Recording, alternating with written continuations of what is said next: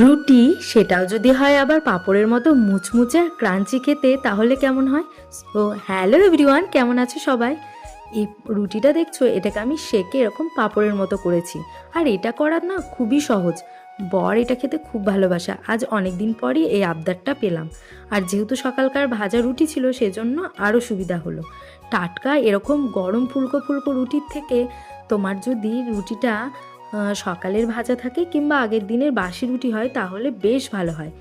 গ্যাসের ফ্লেমটা কম করে তারপর এপিঠ ওপিঠ ভালো করে আস্তে আস্তে সেঁকে নিতে হবে।